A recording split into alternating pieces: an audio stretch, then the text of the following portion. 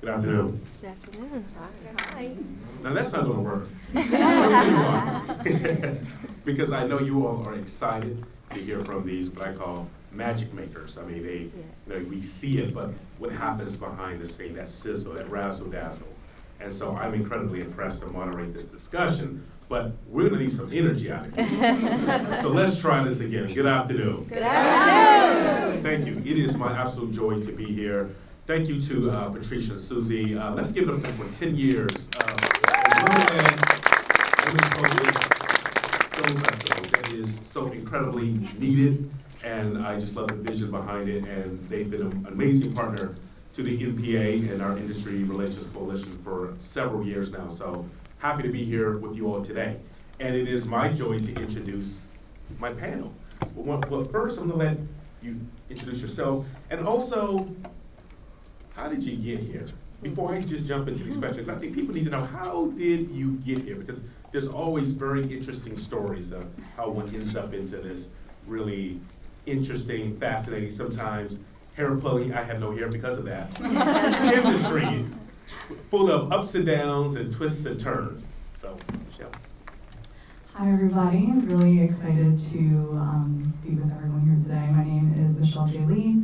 I'm a costume designer, and I feel like truly it was almost an accident that I stumbled into what I do now. I did not grow up knowing that people worked in entertainment, nonetheless, even like that was never a career option or a path that crossed my mind, especially because, as a child of immigrants, right? It's like, they are like, okay, doctor or lawyer or something in finance, those are your options.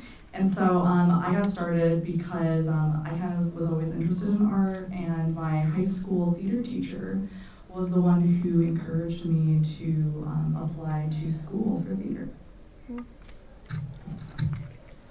Hello, my name is Toni Barton, and I'm a production designer. And kind of along the same lines, I wanted to be an architect as a child. I interned at an architecture firm in Bethesda, Maryland. And I went to USC to study architecture. But while at a school that's heavily populated with a lot of film people, they kept bringing me in to design their films.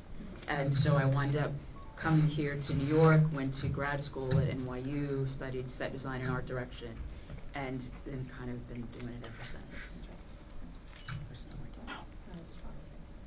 I'm done. Excellent. I don't know if I'm working it off, is it? Yeah, okay. My name's Erica Freed. I'm an editor. Also not sure how I ended up in it really. I was an artist in high school, and I did go to college for art, but no one ever expected me to do anything with it at any point. And so I left college, and I was in pharmaceutical marketing for about 2 months, and I was like, absolutely not. And my parents were like, all right, well, you have a job with a 401k and a salary and all this other stuff. What are you going to do? And I said, well, I'm going to be an editor. And they're like, what do you know about that? And I was like, absolutely nothing. So I worked at a yoga studio in the morning and Starbucks at night, and in the middle I interned for a production company where I started by learning Avid by doing the interstitials. This was a long time ago when there was only like two televisions on the airplane, and they would play something, and then something would come on between to tell you something else was coming on. And I worked on that part. And I was like, this is incredible. This is what I'm going to do. So here we are. Hi, everyone. Can you hear me? Yeah. Okay, good. I know, I'm not Modulating. sure if that's Sorry. I'm Cora Atkinson. I'm a producer, filmmaker. Yeah, this was very intentional for me. I've always loved television and film, and I played sports growing up, and actually my gym class in my middle school was not good, and I was like, I play sports all day, I don't want to do this. And I found out that there was a class about TV production that I could get into, and I did. And we ended up they had like a competition, and we ended up making something, and the teacher kind of focused on the other class, and I directed my classmates, and we won an award, and I was like, yep, this is it. Went to Howard University for television and film, and just kept going in the industry, just kept doing jobs. I actually started in political advertising, and then kind of fell into documentary and unscripted, and worked at Vice, and I call that my documentary school, and yeah, just been making films ever since. So you see how the path is just not one way, it's different ways. And in my role, if I have so many lawyers who kind of approach me like, I don't want to do law anymore. I really want to follow my creative side. So you just be amazed at how folks get into this industry. It's just, that's why when folks are like, hey, Motion Picture Association, I want to get in the industry, how do I do it? And I'm like, there's just, even after all these years, I just can't tell you. There's just not one way. But first and foremost, you have to take advantage of opportunities. Big or small, get your foot in, roll up your sleeves, and get the work done. So before I do individual questions, I want to do group questions. And you all basically kind of told how you got into it, and you kind of knew this was your calling. But was there a project that became a turning point in your career? Cora, let's start with you. I mean, there's a lot of probably moments I could look to, but truly, I moved to New York. I'm from the DMV, and I was like, I want to work in film and TV, but I was actually pretty burnt out at the time, and worked in programming for Viacom, worked with the international networks, but then was starting to miss kind of the hustle and bustle and pace of production, and started to produce red carpet stuff for all our international channels, and was starting to get the taste and work with some development people, and then got the opportunity to work at Vice as they were launching their TV network. And there were like 6 people who had ever made anything real at Vice at the time. And so it was a way to kind of like shape things and create standards. And like at the time, there's not a lot of networks launching, like cable networks. So it just felt like an opportunity. And I was in production management and kind of running that side of things, logistics, operations. But my team was so small that I was like, I have ideas. And they were like, great, what are they? And then just started producing, because when you have a team of like 3 people doing the whole production, you're gonna start producing. So I feel like that was like the place that I really said, okay, I think I can do this actually, and people actually do like my ideas. It was super encouraging despite, what people might think about it. At least my team and the people I work with were very encouraging and like, you got this, girl, like you're gonna be amazing, and like keep going. And so that was very helpful to know that like, oh, okay, I think I'm on the right path. Yeah. My ideas are welcome, and like I'm actually seeing them happen. So I feel like that was kind of the pivotal moment. It was kind of taking that leap to be in New York, to work on something that was new and uncharted, but take like the little bit of experience I have and just continue to go, and then go into that creative element that kind of changed my life, I think, and thinking like, oh, I guess I do want to do this, and I think I am maybe a little bit good at it. But also having people around you that also believe in that vision. Exactly. Because I mean, this can be a very sometimes isolating industry, and you be doubting yourself, but having those that will push you and motivate you, because they've also been on that journey. That's incredibly important. Yes, absolutely. Erica?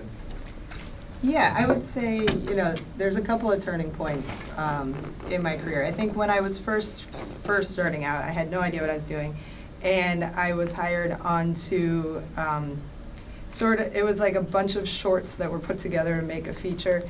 And so there were lots of different editors and lots of different assistants on it. And I was paired with this one assistant, and we were supporting about 6 editors.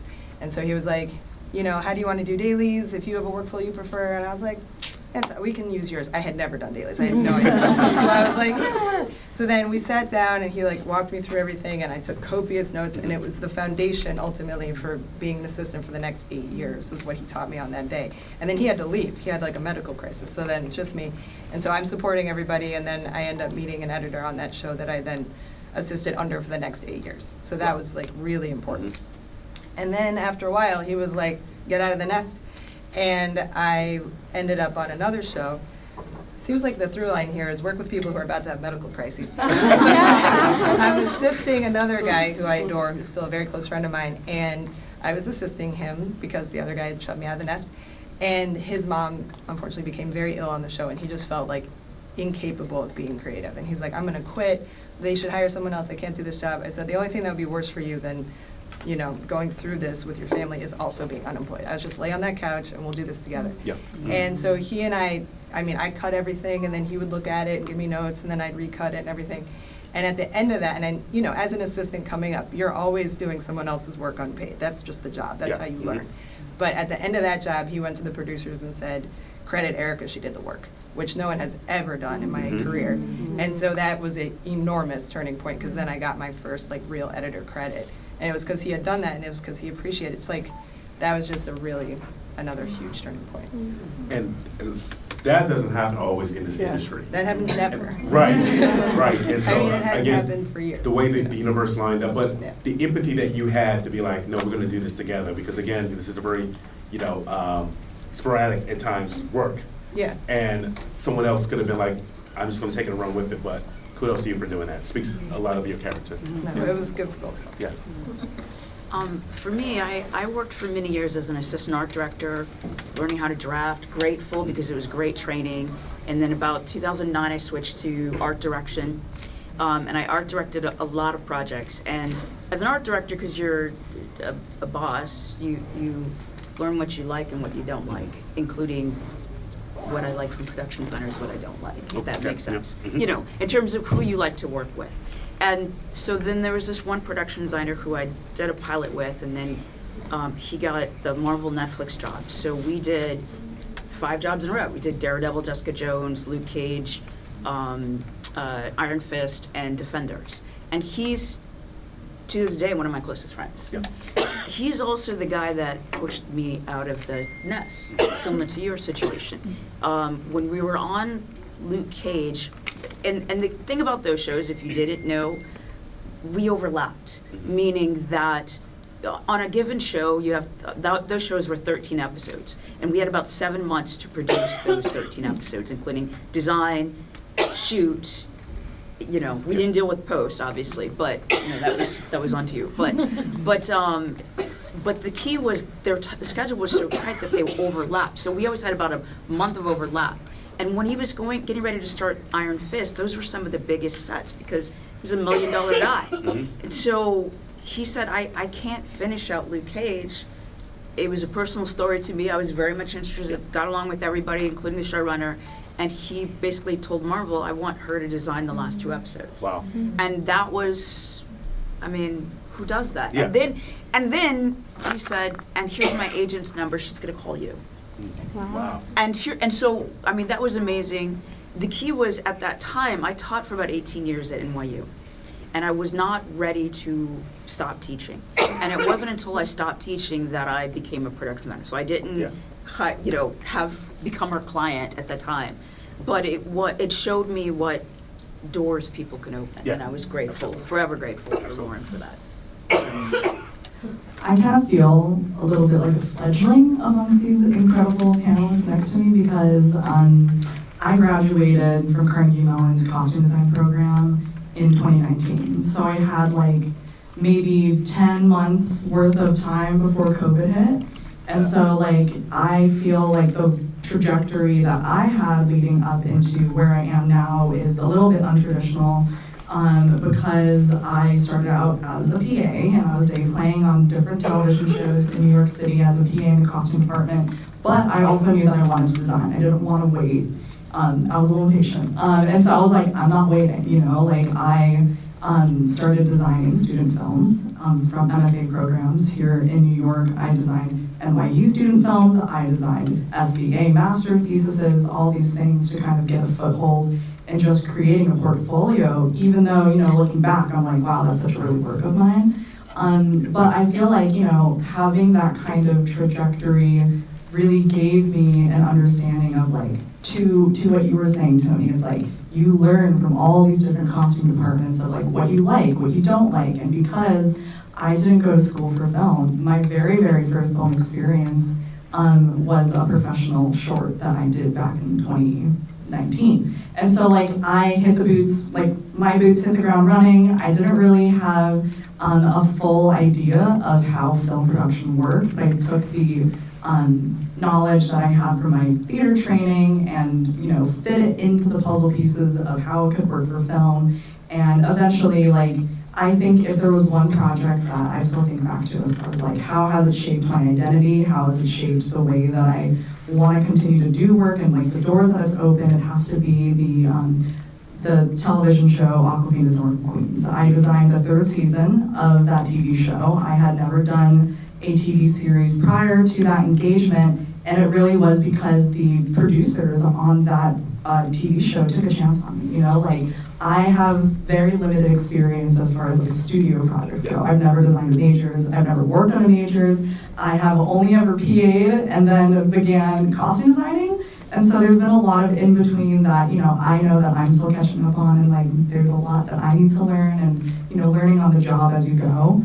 But working on North from Queens and designing the 3rd season of that was so special because it was the first time where I was on a show where I truly understood the importance of what representation means behind the camera, in front of the camera, in the stories that are being written and told. You know, I feel like because I went to theater school, most people in theater school don't look like me, right? And so a lot of the stories that you're focusing on and studying aren't really applicable to like the real life experiences of what it might be like to be an Asian American growing up in America. And so for that TV show, it was so personal because I am also born and raised in Queens. And so like there were so many moments on that TV series where we were like, the entire season was shot in Queens, it was shot at Kaufman Studios, but there were locations that we filmed at that I grew up passing every single day as a kid, and like I never ever thought or believed or had any inkling that like the thing that I would call my job, even though my parents still don't quite know what I do, the thing that I would call my job were points of interest that were just so removed from what I thought I'd be doing today. Yeah, that's absolutely incredible. And again, that representation is so important. It's when you feel where you belong, and that this would not exist without you. And that, however, your ID may identify you, however you identify yourself, that you're wholly accepted and you are integral to this, it just makes you so much productive because it becomes your safe space. Definitely, and like having costume fittings in Chinese with some of the Chinese actors, or like highlighting independent brands who are Asian American, like that became something that was such a prime ethos. Let's talk about full circle. Yeah. Erica, you and Toni both said something, and it's not my list of questions, but I think it's important because we have a range of folks that look in the industry. Getting pushed out of the nest, what it means, how terrifying that can be, but how necessary it is for growth. Toni, I'll start with you. So I have what I call a film mom, who's my mentor. She was on the second film that I was ever on, and she brought me on 5 films. She brought, as an assistant art director, she brought me on Mona Lisa Smile, Hitch, Freedom Land, Sherlock Holmes, and something else that I don't remember. But she taught at NYU for 14 years before I ever went to grad school. She's my mom's age. Okay, she's retired, she was mean sometimes, and she was the nicest person. Like I would go to church and be like, "Oh, pray for me." This woman's, I think she's gonna pull out her belt. But also understand, it's really hard when you're in a space where not only nobody looks like you, but also of the other people, women and men, they're all 20 years older than you. So it was a really hard place to be. But one of the things that she taught me, she said to me, the reason why you're with me, Toni, is because every time that I can get an opportunity, I'm always going to bring somebody new in. Yeah. And that was so important for me to hear. She said, generally speaking, on these films that we do, there might be 3 or 4 assistant art directors, and so 2 or 3 of them are going to be the people that come with me at all times, and one is always going to be the new person, and they're going to be the last person hired and the first person fired. Yeah. But they're going to be trained. And at a certain point, I saw when she trained me, and in like 2 jobs in, she kicked out somebody else than I was in, and then like 5 years later, I got kicked out. Thank God. Yeah. And then I art directed after that. So it's important. It's important, and it's important for you to remember when you get to those places to make sure that you bring those people up. You know, it's important when you bring in particular PAs that no PA should be your PA after 2 or 3 jobs. They should, if you're not actively making sure that they get into a union or get into the next place, then there's something wrong with you. Absolutely. Absolutely. Yeah. Erin? So, pardon us, folks, we're not trying to purposely cut you off. We're realizing that in that sense, we're recognizing as crew that there is a technical issue. Therefore, we're just going to share The one mic? better mics so Okay. we can further Okay. a fantastic experience. Thank you All so right, much. We thank you. do apologize. No No problem worries. at all. Thank you. Yeah, so when I was working with the first, there it is, okay. The first editor that I worked under for 8 years. I mean, I got into the film industry I grew up not being allowed to watch TV and film. So I knew nothing about the industry, period. And so I learned pretty quickly that there is, you know, in some partnerships, they want a model where they take somebody with them. This was not even a concept I was aware of. I thought you just get hired onto a job and then you're on your own again. But then I realized, oh, he wants to take me from job to job. This is great. So then when he was like, you know, I started at 0. I got to the place where I was like, I think I'm one of the top assistants in New York City. I'm like, is that possible? And he was like, it is. Time to go. And I was like, all right. So then I went from always having a guaranteed union job and knowing it was a good one and knowing it was going to be seen, like my stuff was going to come out, to then starting over where, you know, then you're kind of back down again, like towards the bottom, and you're going to be cutting things no one sees again. And I was sort of like, oh, I don't want to do that. And then when I ended up getting to work with my friend, it was on a TV show, and he said, credit Erica, I want her to be able to be an editor. And I fought to get onto the 2nd season, and when he was like, yes, you will now edit 2nd season, and I was hired, the guy who had been our apprentice, I said, now you're my assistant. And he was my assistant for about 5 years, and I said, okay, now it's time for you to go. And I set him up with one job. That I was offered a job with people we had both worked with before, and I said, I'm not available, but you can have Dave. And Dave did one job, and he said, take me back. He's like, so you know what the thing is about being an assistant, you look for the work, you take the heat. Like, we just didn't have the same desire to be in certain positions. Yeah. And so now he's been my assistant for 13 years. And I think, yes, you always need to be looking out and saying, what do you want? And I check in with him every job. I'm like, do you? He's like, no, don't even ask me again. I do not want to be the editor. Sure. And, you know, it's like, just make sure that people do get what they want, like on the job that we're on now. Absolutely, yeah. We have an outstanding PA. We have other, you know, core post people who aren't sure which path they want to go. And, you know, you just always have to be looking out for those people because we all got here because someone looked out for us. Yeah, but also kudos to you for listening to him, because he was like, this is the road that I'm comfortable in, the support role, the team role, as opposed to saying, well, no, you gotta go. No, I was like, I will take you back for the rest of my life. Absolutely. I don't ever want to hire Listen. somebody new again. Yeah. He's great. Cora, you have a similar story. Well, one, I'm always running into folks who have come through Howard's program. So I think outside of USC, NYU, well, California, New York, this HU is just HU. So I know you have something. Yeah, I mean, I think like more so now looking back as like what I try to do is make sure, because you're talking about inclusion and seeing people, I'm very intentional about like who I hire and making sure there are a lot of women, a lot of Black folk, because that is what I am.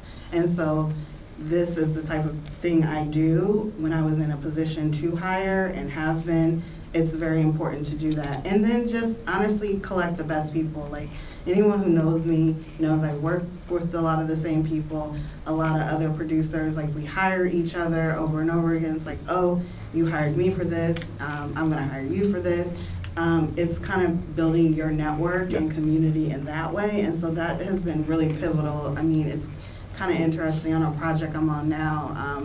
One of those great executive producers that was at Vice, that was one of the first people to encourage me, is now an EP that I'm working with now again. And so it's like you see the same good people, I say, in this industry, which is encouraging because it can be, like you said, isolating and hard and feel like I don't know what to do, but there are a lot of good people. I think we're all testaments to that, and I think we're good people and just want to surround ourselves, so it is possible to kind of build your network, the people that champion one another and who want to help you get to where you are. So I think like that is intentional as you're going up, going down, like, you know, you're not going to always be at the top. And, you know, I'm like, I always tell like my APs and other people that work for me, remember who gave you this so that you can have it. You know, Exactly. so I think that's really important as you do this, to continue to remember like who you are, who has helped you, and continue to build that community, those groups, because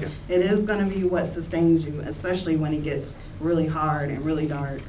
That's your people. Those are the people you're going to make stuff over and over again, and it's going to make the work joyful, because it cannot be sometimes. Absolutely, You know, it's yeah. very hard.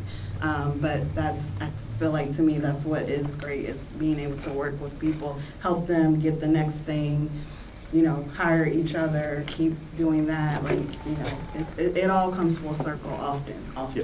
And particularly in our industry where it seems like it can be the All Boys Club. And where, like, you know, this, like say the core five has always worked together. They know each other, the work has been done really well. And when, you know, a project is greenlit, you have to move really fast. But what we have been saying is that in between those projects, identify somebody who's ready. That, one, you know, they have the skill set, they look different, just give them the opportunity so that now there's that six. And when there's in the next project, that sixth person can bring somebody who's that seventh person, but you're creating opportunity. So it's yes, I have this core team, I know there are, you know, strengths and weaknesses, but there still is an obligation to provide opportunity for those that are looking to break in. And so I would have a few individual questions. So Michelle, this one is for you, but I remember the great Regina Hall once saying that before she can fully understand, I'm going to paraphrase this, her character, she has to know the hairstyle. Once she can visualize what the hair is going to look like on who that character, she can fully embrace it and go in it. How do you collaborate with actors to ensure costumes support character development? Sure. So I find that, at least through my method, and like I said, because I've never assisted another costume designer, I kind of only know what I know.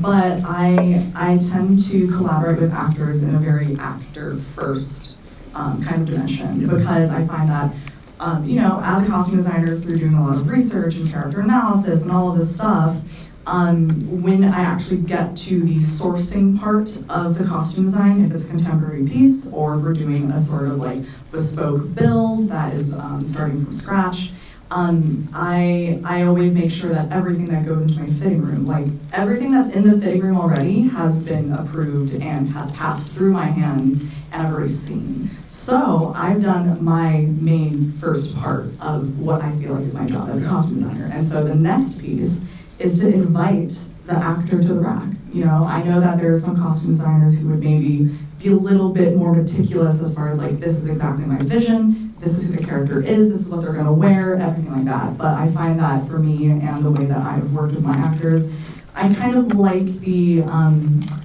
open-endedness that exists when you invite someone who you trust into that space with you. And so when I'm working with my actors, we are coming to the rack together, and I always start my fittings by inviting my actor to the rack to have them kind of look through what's on the rack first, so that they can kind of get an idea of who they feel like this person is, who is this character, and kind of let the actor guide that conversation. And that's also a trust building exercise that exists between me and them. Yeah, and I would also think that if it's something that they didn't necessarily feel comfortable in, or would, even if as the designer, you're like, I think you look amazing, but if they didn't feel it and if they didn't own it, it could very well affect performance. Mm-hmm. Absolutely. I mean, I often say that being a costume designer is being a part-time armchair psychologist too. You know, there's a lot of sit-down therapy that happens with my actors who are kind of in that kind of space, because we really have to become very analytical and very sensitive to like, what is the character's journey, where are they coming from, where are they going? And it's also when you're working with actors, they're people, they're human, you know, and people have bad days. They come with other things that are happening in their life and to their workspace, which would be their fitting space, you know. And so I think sometimes when you're working with actors who are maybe struggling with their self-image in some sort of way, you know, or like dealing with, they're having some more conflict with the human versus the character they're embodying. That's a lot of sensitivity that you as a costume designer have to navigate and be really open to hearing and having an open heart in those sorts of situations. Thank you for sharing that. Toni, for you, what's your process for designing a world from script to screen? It starts with research, because it's a story that I'm not writing. And, you know, I have a project that's coming out in about 3 weeks on Netflix called Boobs. And I've never, thank you, I've never ever been to Paris Island. And, you know, I read the script, fell in love with the story, you know, practically everybody in my family is military, but nobody was in the Marines. And also, the story takes place in 1989, 1990, and, you know, my dad was in the military in the 60s. Both my grandparents were in segregated World War II, you know, Army.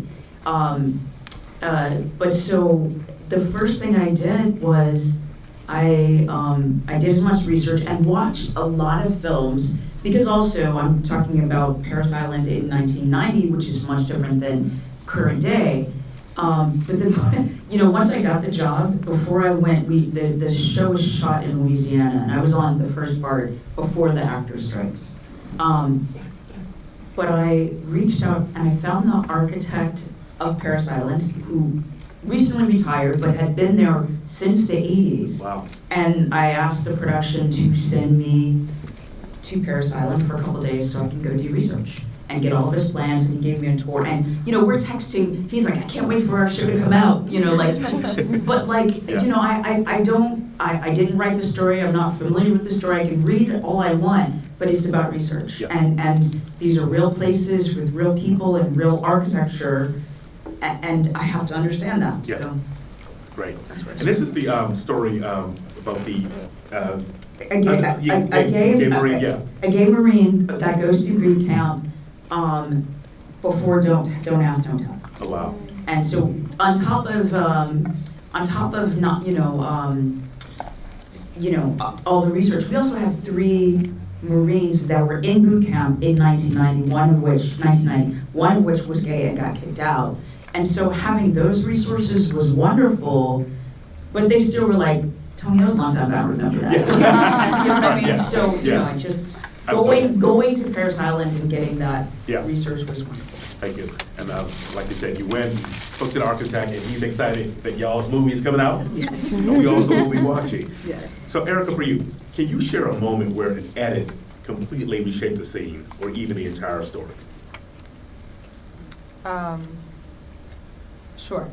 Well, I'll just talk about a kind of ridiculous scene that I cut, that it's just that you have to be so creative ultimately, you know, as an editor, and just see solutions where sometimes it's not very clear that there are any. You know, early in my career when I was trying to make the jump from assisting to editing, one of the places where I found an easier entry point was reality television. And so I ended up working on Real Housewives of Atlanta for 2 seasons, which I would say is how I learned to edit. Is that the end of reality TV? Because, listen, I worked in narrative for most of my career. About 20 years I've been in narrative TV, or narrative film and TV, and for 2 years in the middle I was in reality. And it's hard to do scripted stuff. You know, you are looking at a script, you're working with actors, like everything is happening, it's so big, and everybody's so integral to making that story work. When you're doing reality, no one is integral to making that story work, basically, except the producers and the editors, and everyone else is just, you know, going kind of crazy in the middle. And then they say here, and that's not, I'm not trying to like deride anybody's position, I'm just saying, like, it's not being written, you know, it's not being crafted, they're not doing rewrites, like, they're putting people in a room and saying, let's see what happens. Yeah. And then they're saying to you at the end, well, this has to be a cohesive story. And you're like, got it. So there was a scene where, you know, according to the narrative arc that we were creating, there was a 911 call placed by Kenya Moore, who was great. And it was supposed to be that, like, she was having some sort of problem with her neighbor. And I was like, great, what do we have here? And they're like, well, we have Kenya Moore. And I said, okay, great. And they said, she's calling her friend, telling him that this has gone down. I said, well, that's not the same thing as her having a conflict with the neighbor. I said, we don't have any footage of the neighbor. And they said, well, we have one shot from across the street where the neighbor had come out and said, move your car. I don't want your car here. I said, so that's what we have now, I guess. So, but then they did find, months later, the actual 911 call was public record. And so the neighbor did call 911, and we have the call. And we have Kenya Moore telling her friend how badly this went. So what I ended up figuring out that I could do was we have the neighbor, one shot, walking down the street on her phone or something like that. We have the 911 call, and we have Kenya telling someone else. So I cut it so that Kenya says, and I said to that woman, could you believe, get off my lawn, I don't want you here. She's on the phone, you don't know who she's talking to. Then we have the 911 call on the other side where she says, I want to report, this woman's car is in my way. And she's like, get it out of here, get this thing out of here. Wow. So we cut it, so it's Kenya and this woman screaming at each other. And when I present this at the end, they were like, what even is this? And I'm like, well, it's the fight between Kenya and the neighbor that you said. We need it to like finish this whole season. And they were like, yeah, but we don't have any of those elements. I was like, that's correct. And, you know, it's just, I realized as soon as I heard Kenya acting out to someone else the exact line that she had said to this woman, it was like, wow, here's something that we can do.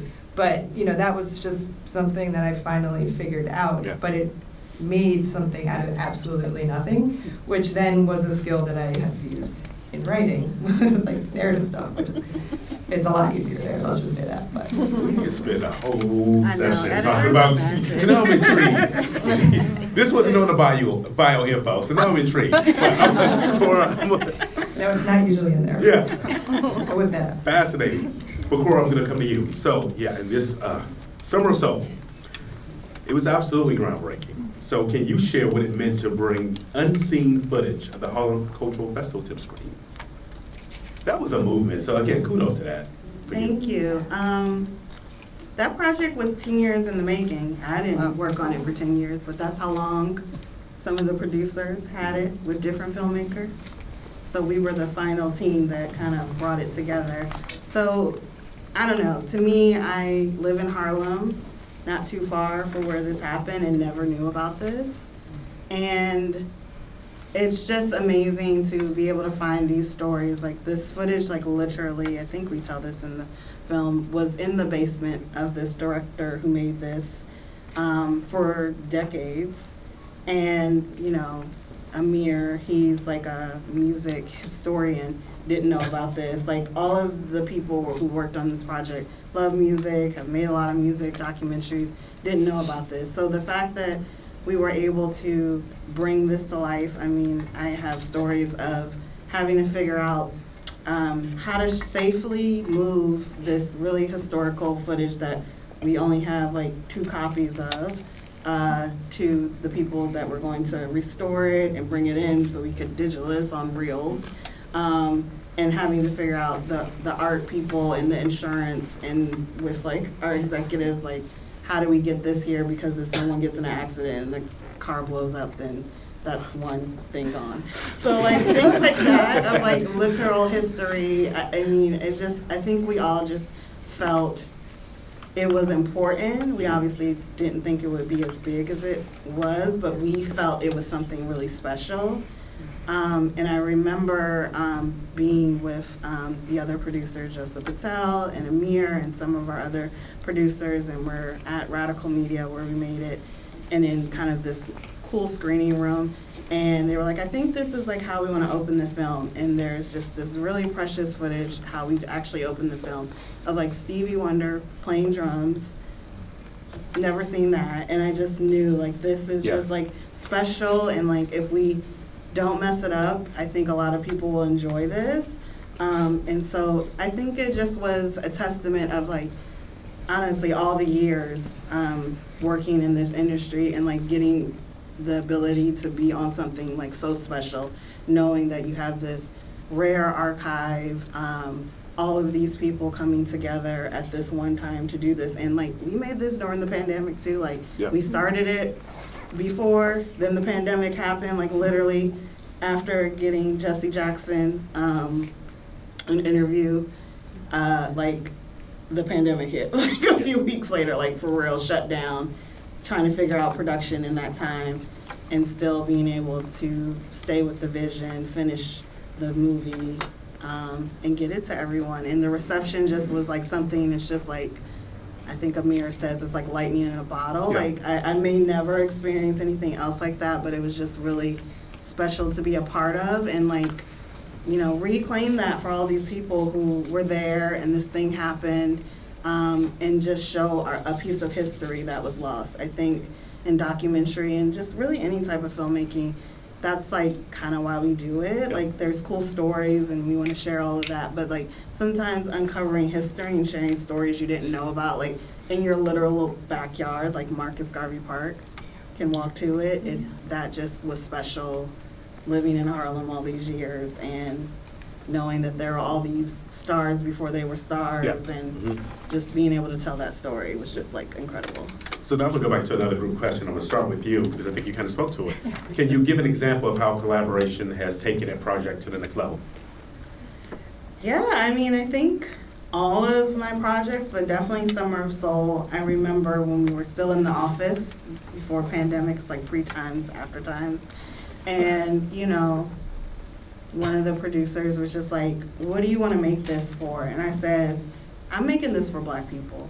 Like, there's a lot of stories about history and explaining things, and I think those are very important. That's not this. This is a celebration of us, and you're gonna learn stuff and you're gonna wanna research if you don't know about this time and this era and what's going on, but we're not telling that for them. I want people to feel joyful because there's a lot of, you know, Black history things where it's just like sad and water hoses and it's bad and it just doesn't make you feel good. I was like, for me, I wanna make sure this feels joyful, hopeful.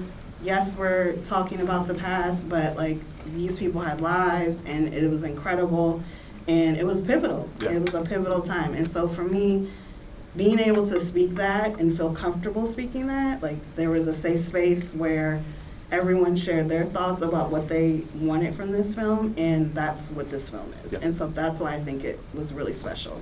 Thank you, Ben, because I would tell you, trauma porn gets exhausting. It gets views, but it just gets exhausting. It wears on you. So I think we all are looking for what is joy. So thank you for that. Erica? I'll sort of go from there to answer my question, which is, I think, the starting point that I want to jump off of is like to just bring to your project like your truest self, because that is just so helpful in projects. So like I worked on a show called The Good Fight with the Kings. It was a Good Wife spinoff, and that was that Your resume, I'm just like, so she, but working on that show, what was really, really great about that show is working in independent film, there's just so much like angst and everyone's like, is this gonna get made? And it's really scrappy, and I think sometimes people are really hard in that space. But the Kings they made it, they're incredible, and they are like the first people I worked with who just like, from the top down, they're like, they have good energy, so then they have good energy, so then they have good energy.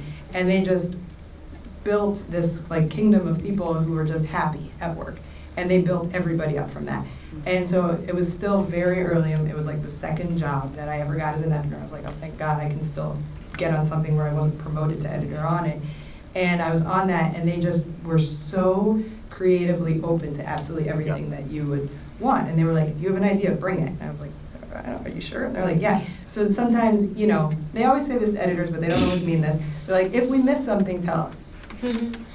So I was like, oh, I don't know about this. But then I started to say, I think we need this shot, I think we need this shot. And they were like, great. And what they had us do is shoot it on the iPhone, put it in the cut. They're like, show us how you want it. And then they started to say, don't ever tell this to the unions or whatever, but they were like, why don't you come to set and get that shot that you need? And I was like, really? And I just really understood so much more about filmmaking after that, because the only thing I knew about filmmaking was coming up as an assistant. I had never really been to set. Now I'm going to set and telling them what to get. And I'm like, that's not the shot. And they were like, what are you talking about? I was like, I need it to be exactly like this.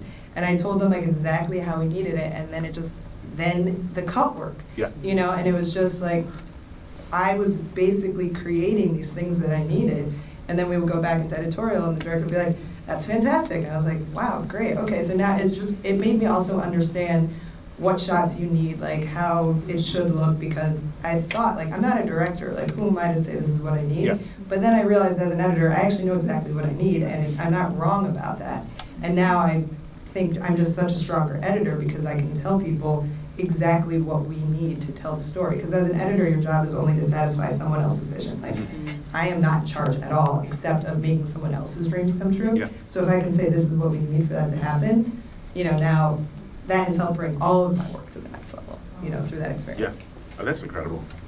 Ms. Toni? Okay, so in terms of collaboration, I can talk about Fight Night. Fight Night and Million Dollar Heist came out last year. Yes. And when we started, I would say in December of 2023. And I had so much to build that I didn't breathe. And the art department and the set deck and construction, we had no Christmas. I flew to LA for 3 days and then flew back, and we went right back in the middle of the holiday because we had to get all these sets ready because it's 1970 Atlanta.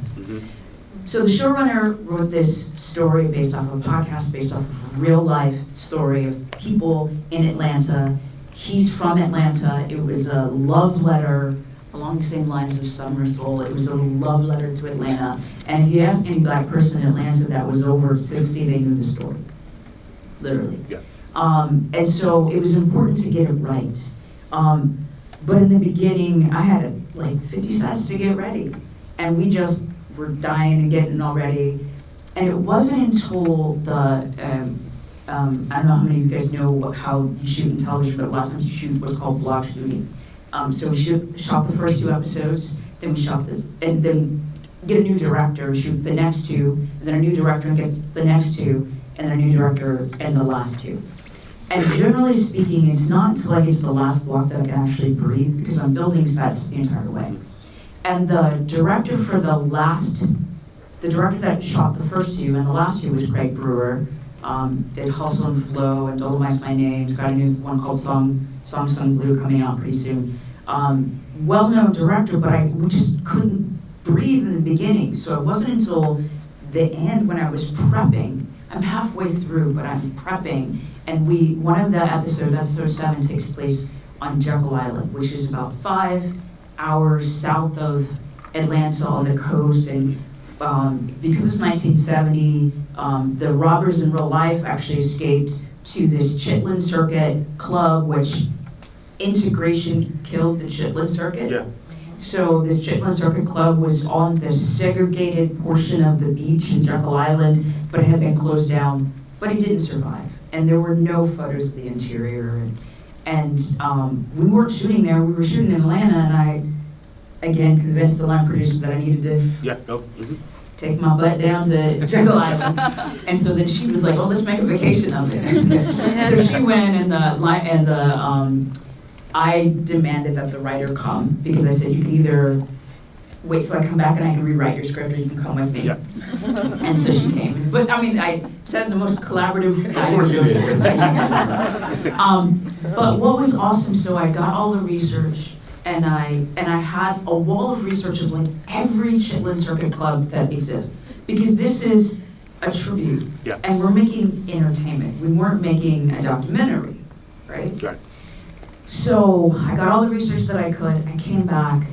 We found the location that I wanted to present to the team, to the director, and then I found it. And then one Saturday I drew the whole thing, and then on Monday I presented to Craig, to the showrunner, to the writer, and Craig said, "Cool, let me take this." He took my plans, and that Tuesday, because he's prepping. We're shooting episodes 5 and 6 at this time. He takes the bite plans, and then the next day in the afternoon, he calls me, he's like, I'm at the coffee house.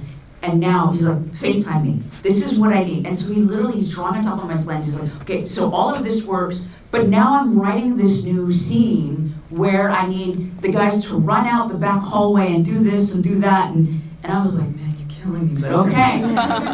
but it was the most, because now I'm taking real research. Yeah. I'm taking the words that were on the page from months ago. Yeah. I'm making it into something real. The director's saying, okay, back to your editing story, this makes sense, and we can develop this, and then it's being rewritten. And it was like what I thrive for, what I like every aspect of what I want to be doing as a production designer. That's a fantastic story. Michelle? Speaking of Atlanta, I designed a feature film in Atlanta last summer, and that's the project that comes to mind when I think about collaboration. It's not out yet, but it's a feature film called Slanted, and it's directed by a woman named Amy Wong, and it won the South by Southwest Grand Jury Narrative Prize this past year.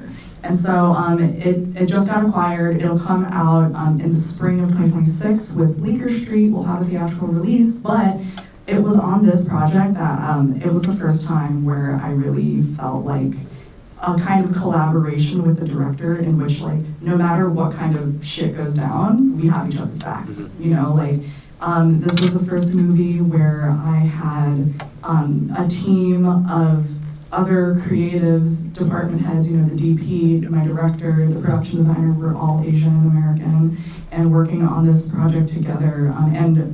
The movie itself is about an Asian American teenager who is going to high school somewhere in like the mythological South, just nondescript, but she is influenced by the kind of white culture that she's finding herself in this high school, and so she decides to undergo this experimental surgery to change her race from being Chinese to being white. And the movie itself is double cast, and so like the first half of the film is played by a Chinese actress, and then the second half of the film is played by an American actress who's white.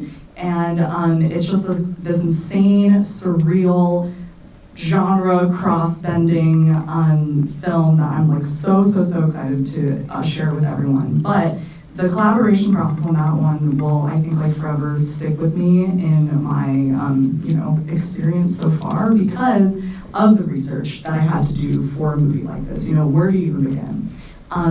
I was really having to actually go through my own family photos and my own family history of immigration and looking at like photos of my parents when they were in their 20s and 30s for inspiration of how to dress these characters that have just recently emigrated to America as well. And so like I found that it was through that process that it was really emotional for me outside of my realm as a costume designer. I felt like I had to confront a lot of extremely emotional historical parts of what it must have felt like to be a stranger in a strange place. And on this film with a director who I felt like really understood all of the vision of like what we're trying to get towards and move towards. And I had one of the most difficult days of my professional career so far on this movie.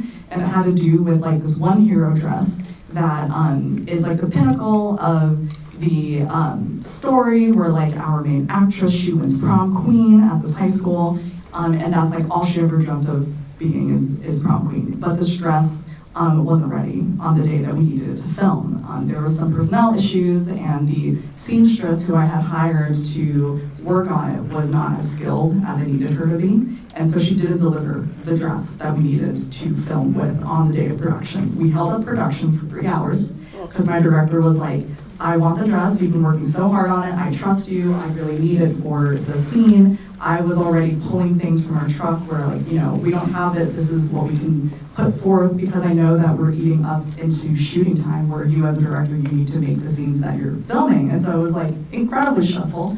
But at the very end, I had to put together the last remnants of like the seamstress who didn't actually finish the dress. I had to like put it together, we had to continue filming, and then at the end of the day, I was heartbroken. You know, I was going to my director in tears, and she was like, you know what, why don't I drive you home tonight?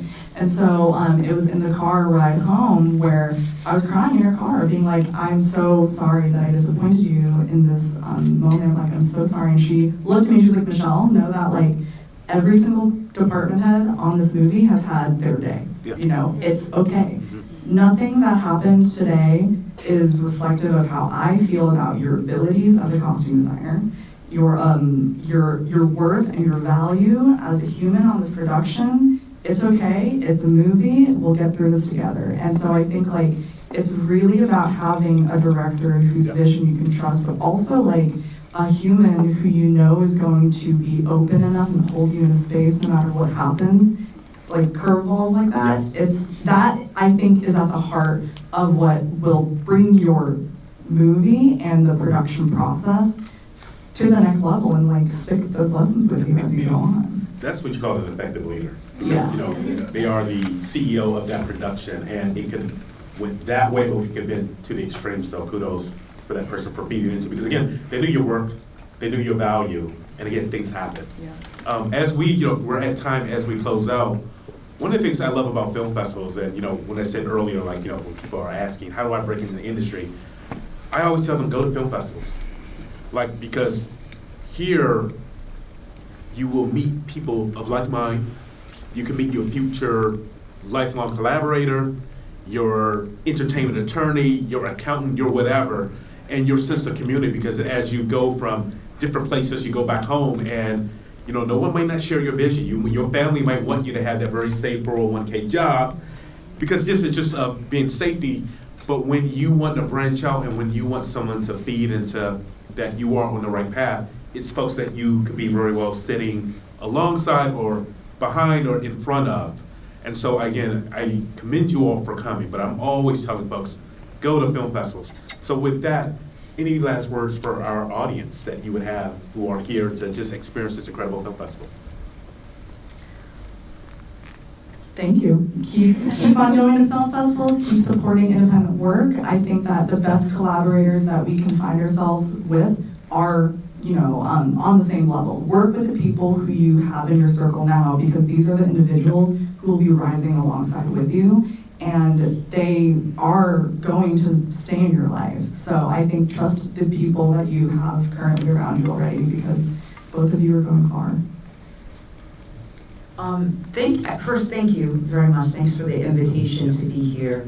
I want to say, as a person that, you know, education was so important to me, and I taught for so long, that education is not important to me anymore. And I just want to go on record and say that. Education was important because I had nobody in my family that could make introductions. Yeah. You guys are in a different time. Mm-hmm. Don't waste time not meeting the right people, and respect their time. That is so important. Thank you. Appreciate that. Yeah. Thank you all for being here for this, and really nice to meet you guys today. This is great. I agree wholeheartedly with what Michelle said about the people that are next to you are the people that are going to come up with you. I recently thought back on that, you know, because I was saying to somebody, like, I hadn't taken my kids on vacation in like 15 years, because as a freelancer, I was always like, I don't think I can take time out. I have to always do this. And then all of a sudden, I like thought for a second, every person that I came up with has basically made it, and made it so well. And I was just so impressed by that. It's because we all worked really hard. And of course, you have to be lucky, you get lucky breaks, but also it's like, if you really want to do it and you believe that you really can do it, like, you will, you know. And I found that across the board, and I see that continue to happen. And just believe in yourself and do it. Thank you for having us, and thank you guys for listening to us. I hope we gave a little bit of seed of hope and something, because it is a tough time in the industry. This panel has been inspiring to me, and honestly, I love meeting new people, coming to places like this, because you don't realize that it's kind of all of a circle, that like you guys inspire us because like you guys are trying to do it, you're doing it, and it reminds yourself, you know, that like, okay, yes, I know I've done a few things and it's hard, but like I want to keep going. So I just want to tell you guys to keep striving, keep trying. Every no is not the end. Yep. And like you can do this. There are stories to be told, and your voice really does matter. I know there's a lot of cliches here, Yep. but like they honestly are important. And you know, I think that's important to know too, that this is your network. Like everyone who I work with has been a person I've met on a job, or someone introduced me because a friend that I work with for years is another filmmaker and something else. So like, I hate networking. Ugh. Like, that is my network. Yeah. Like, this is networking. Yeah. This is networking. Yeah. And these people will be the people that help you. And oh, I met you. Oh, this other time, and oh yeah, I think this person is gonna be great. Like you never know when that opportunity is gonna happen, but if you have a dream and a goal, like keep striving, keep collecting your people, your collaborators. Like we need your stories and it's important, so don't get discouraged, keep going, because I'm excited to see what everyone else has. Like I didn't realize how much stuff I've watched. I've watched all of their stuff, and it's like so inspiring to be like, wow, they're just, I'm on a panel with them, like what, I don't know how I got here, but it's like amazing, and like you just need those moments to remind yourself that you're awesome, and you're important, and you matter, and you know, thank you.